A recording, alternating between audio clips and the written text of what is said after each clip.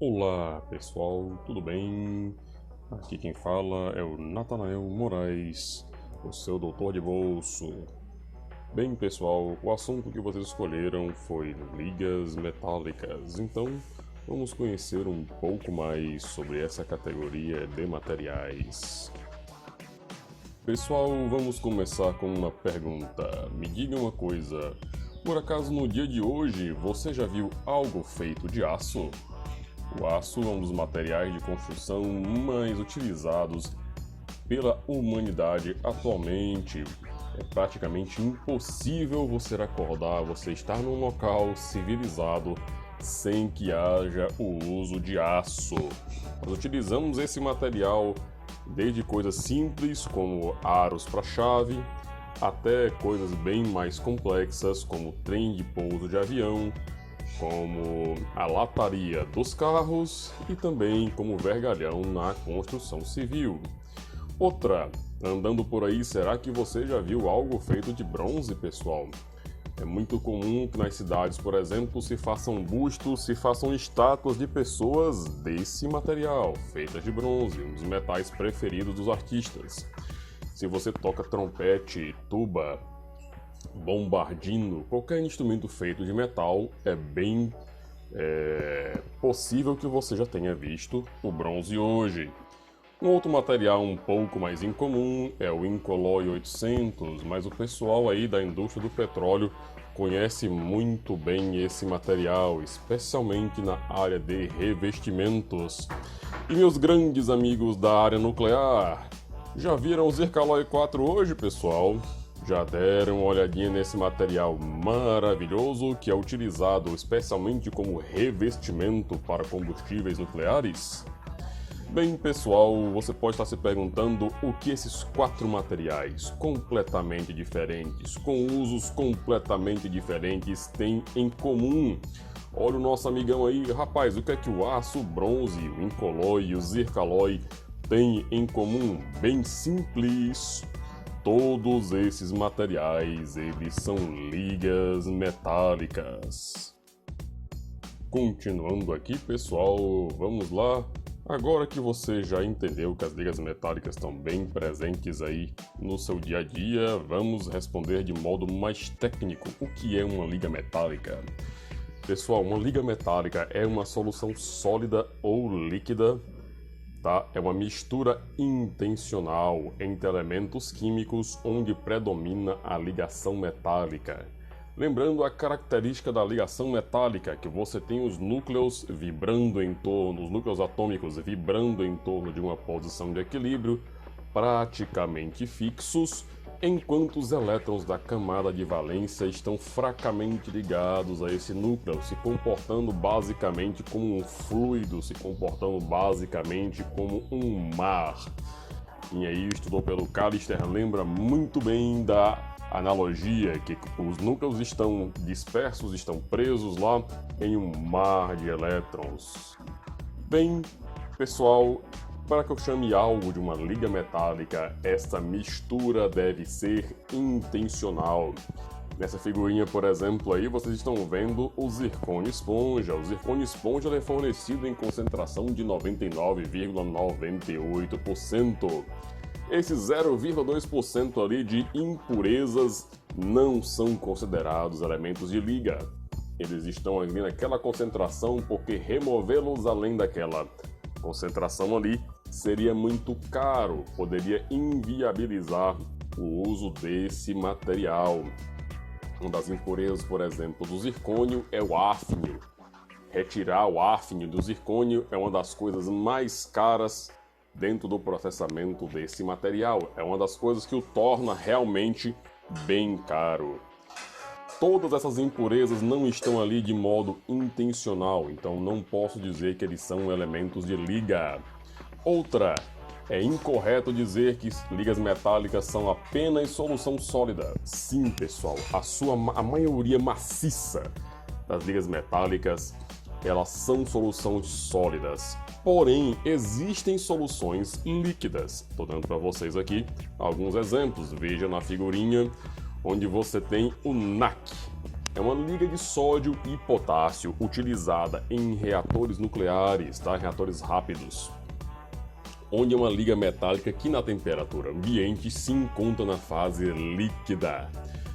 Outra liga que também é utilizada aí na forma líquida são ligas de chumbo e bismuto, também utilizadas na área nuclear como extrator de calor e como moderador. E algumas ligas de mercúrio também são utilizadas na forma líquida. E pessoal, dentro do que nós vamos ver por enquanto, que são as ligas convencionais, nós devemos ter um solvente, que é o elemento majoritário, e um ou mais solutos, que são os elementos que eu estou propositalmente acrescentando àquela liga.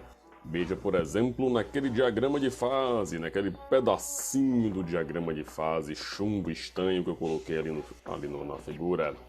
Ali, por exemplo, é a região onde eu vou considerar que são ligas de chumbo. Por quê? Porque o chumbo é um elemento majoritário nessa combinação, tá? Eu tenho ali até 10, 20, aproximadamente 30% de estanho. Dentro daquela faixa eu estou trabalhando com ligas de chumbo. Aí você olha para mim e pergunta, tudo bem, Natanael, mas por que raios eu vou usar ligas metálicas?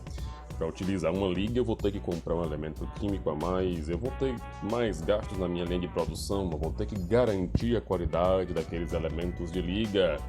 E outra, eu vou ter gastos aí com tratamento térmico, com processamento, que talvez, com os metais puros eu não teria. Bem, companheiro, companheira, para te responder essa pergunta, vamos olhar esta tabela de propriedades mecânicas para o zircônio metalurgicamente puro. Observe o módulo de Young, em torno de 150 gigapascal. O limite de escoamento em 230 megapascal, o limite de resistência à tração em 330 megapascal e a dureza em torno de 150 vickers. Você pode olhar para o zircônio metalurgicamente puro e olhar assim, ah, beleza, isso aí não é grande coisa, o aço tem tudo disso aí maior. Lembrando, pessoal, que o zircônio é um material da indústria nuclear. Quando você acrescenta aproximadamente 2%, pessoal, é apenas 2% de elementos de liga. E que elementos são esses? Olha a tabelinha ali. 1,4% de estanho, 0,12% de oxigênio. Sim, pessoal, o oxigênio, mesmo que você respira aqui na forma atômica, e nós respiramos o gás, né? O O2. Mas aqui no zircônio, o oxigênio é considerado um elemento de liga, inclusive estabilizador da fase alfa. 0,05% de níquel, 0,1% de cromo e 0,1% de ferro. Some tudo e você verá que dará menos aí, não menos, mas em torno de 2% de elementos de liga. Veja o que acontece com o módulo de Young, ele caiu aí para 99,3 gigapascal. Quando eu tenho uma modificação nessa propriedade, eu estou modificando a própria natureza das ligações químicas desse material. Não que o zircônio deixe de apresentar a ligação metálica, mas agora a estrutura cristalina dele sofreu uma alteração. E essa alteração possivelmente é na relação C/A da estrutura hexagonal compacta. Note também ali que o limite de escoamento tem um leve aumento, ele vai para 241 megapascal.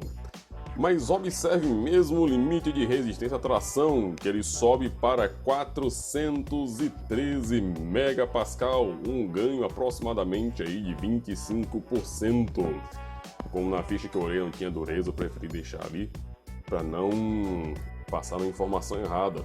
Mas veja, pessoal, apenas com 2% de elementos de liga você teve uma mudança radical nas propriedades do zircônio. Ou seja, com poucos elementos de liga, com pequenas modificações na composição química, eu tenho grandes diferenças de propriedade. Aí você olha para mim e... Natanael, é só isso? Quer dizer que eu vou acrescentar elementos de liga só para modificar as propriedades mecânicas? Bem, se para você isso é pouco, deixa eu te mostrar mais algumas coisinhas aqui. Ao acrescentar elementos de liga em um material, você pode obter outras propriedades que não são simplesmente melhorias nas propriedades mecânicas. A exemplo, quando você adiciona em torno de 12% de cromo ao ferro, você está entrando aí na seara, no campo dos aços inoxidáveis. Quando você coloca 12% de cromo no aço, o cromo forma uma camada de óxido de cromo sobre a superfície do material que retarda o ataque da matriz pelo oxigênio, tá? Além de conferir dureza e melhorar a temperabilidade de alguns aços. Quando você acrescenta chumbo e enxofre ao ferro, ao aço, bem, o pessoal do refino primário, do refino secundário agora tá olhando para mim com cara feia, né? Porque o enxofre é um dos materiais que você faz de tudo para tirar do aço por causa da formação de sulfetos. Porém, são esses sulfetos aí que nós estamos procurando agora. Quando você acrescenta chumbo e enxofre ao aço, você está melhorando a usinabilidade. O chumbo, ele não se dissolve na matriz metálica, forma pequenas gotinhas ali que facilitam o corte, facilitam a passagem da ferramenta na hora do corte. E o enxofre, pessoal, ele forma sulfeto de ferro e sulfeto de manganês. Sulfeto de manganês é um pouco mais macio aí que o sulfeto de ferro, mas ambos sulfetos facilitam a propagação de fraturas pela matriz metálica, o que ajuda a quebrar os cavacos na hora da usinagem. Um efeito muito interessante que você vai ter também é quando você acrescenta nitrogênio ao ferro. Porque com pouquíssimas, pessoal, é na casa de ppm aí, a adição de nitrogênio ao ferro, você estabiliza a estrutura cúbica de faces centradas, ou CFC, tá? Essa estrutura, ela é paramagnética, embora o efeito que eu mostrei é o diamagnetismo, tá? Mas o que acontece? É bem comum o pessoal testar, isto aqui é aço ou não, aproximando um ímã. Agora, quando você acreciona nitrogênio ao aço, a estrutura austenítica passa a não apresentar mais o ferromagnetismo, ou seja, não é mais atraída por ímãs. E um dos efeitos de elementos de liga que eu mais gosto é essa bruxaria aqui, pessoal, olha aí, ó. Quando você acrescenta titânio ao níquel, ele ganha uma propriedade, tá, que é a memória de forma. Ele é capaz de passar por uma transformação de fases que faz com que ele volte à forma original após ser deformado. Pessoal, e agora, quer dizer o seguinte, vamos sair combinando tudo, vamos sair misturando todos os elementos para ter um material fantástico. Não é bem assim. Pessoal, será que é só sair misturando tudo para ter uma mega liga? Bem, não, pessoal. O efeito dos elementos de liga, ele não é universal. Adicionar cromo nem sempre vai melhorar a resistência à corrosão. Adicionar enxofre nem sempre vai melhorar a usinabilidade.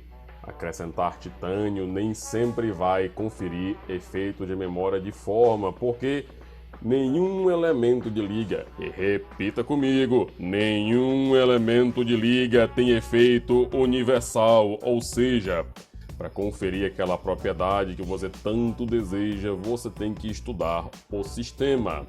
Porque todo elemento de liga ele depende justamente, o primeiro fator aí é o sistema no qual ele está inserido. Para você aí que é fanboy do nióbio, se você colocar 1% de nióbio no aço, que é o sistema ferro-cementita, você aumenta a resistência mecânica dele consideravelmente sem prejudicar a plasticidade. Pessoal, nota, 1% de nióbio no aço já é um acréscimo muito grande. A galera aí da siderurgia, quando a gente pede o aço com 1% de nióbio, o cara já bota a mão na cabeça.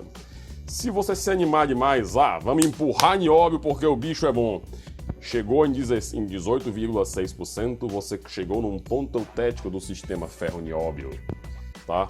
E além de, se você estiver realmente trabalhando com aço, vai ter a formação de carbeto de nióbio, parte do nióbio que você acrescentou vai sair da matriz e vai se transformar em um carbeto. Além disso, no ponto eutético, você vai reduzir o ponto de fusão e a fase de equilíbrio passa a não ser mais a ferrita, mas sim uma combinação, uma mistura entre ferrita e a fase epsilon. Essa fase epsilon ela vai acabar precipitando. Se você colocar agora 1% de nióbio no urânio, você está promovendo a formação aí de uma fase ortorrômbica de base centrada com algumas distorções e o urânio se torna bem frágil, especialmente após o envelhecimento. No entanto, pessoal, se você colocar os mesmos 18,6% de nióbio no urânio, eu vou aumentar consideravelmente o ponto de fusão, estabilizar a fase cúbica de corpo centrado, mas eu vou possibilitar uma decomposição espinodal.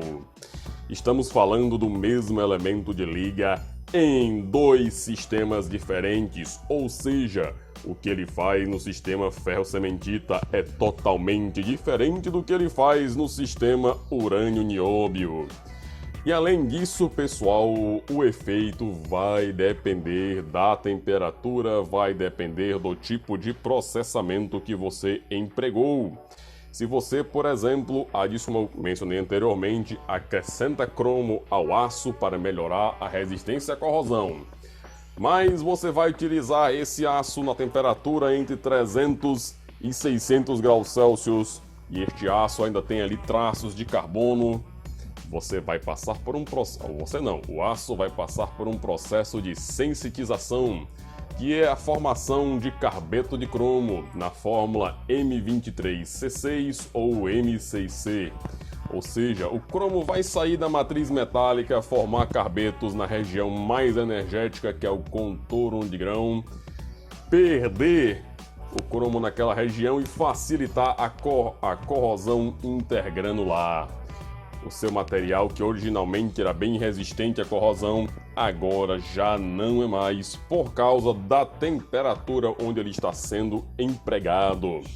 Também, por exemplo, aços com muitos elementos de liga, especialmente elementos de alto ponto de fusão, como o molibdênio, como o próprio cromo, como o titânio, vão demandar aí, o nióbio também, vão demandar tratamentos térmicos em temperaturas muito altas, o que pode promover o crescimento de grão e, consequentemente, a modificação das propriedades. Ou seja, pessoal, não é só sair misturando tudo, você tem que conhecer o sistema, você tem que conhecer o processamento.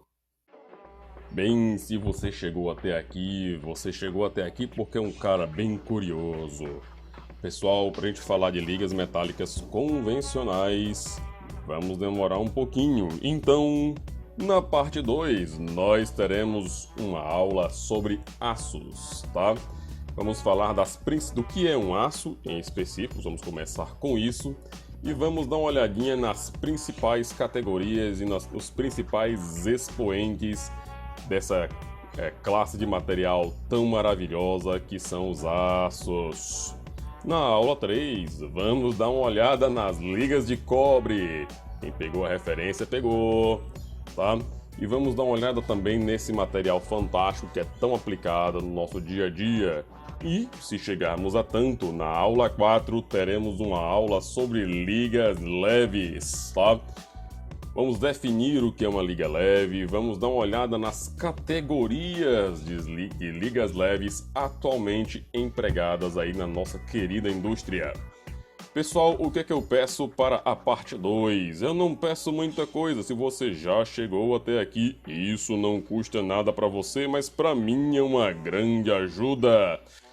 Deixa a sua curtida aqui nesse vídeo, tá? E se chegarmos a 50 curtidas, vamos ter aí a parte 2 sobre os aços. E outra, se você quer ouvir sobre outro material, Natanael, você falou de urânio, então eu quero saber um pouquinho sobre ligas de urânio. Você falou sobre o zircônio, eu quero saber um pouquinho mais sobre as ligas de zircônio. Deixa aí nos comentários a classe de material, a classe de liga metálica da qual você quer conhecer um pouco mais. E lembre-se, pessoal, o conhecimento é seu amigo, não há conhecimento inútil. Até a próxima!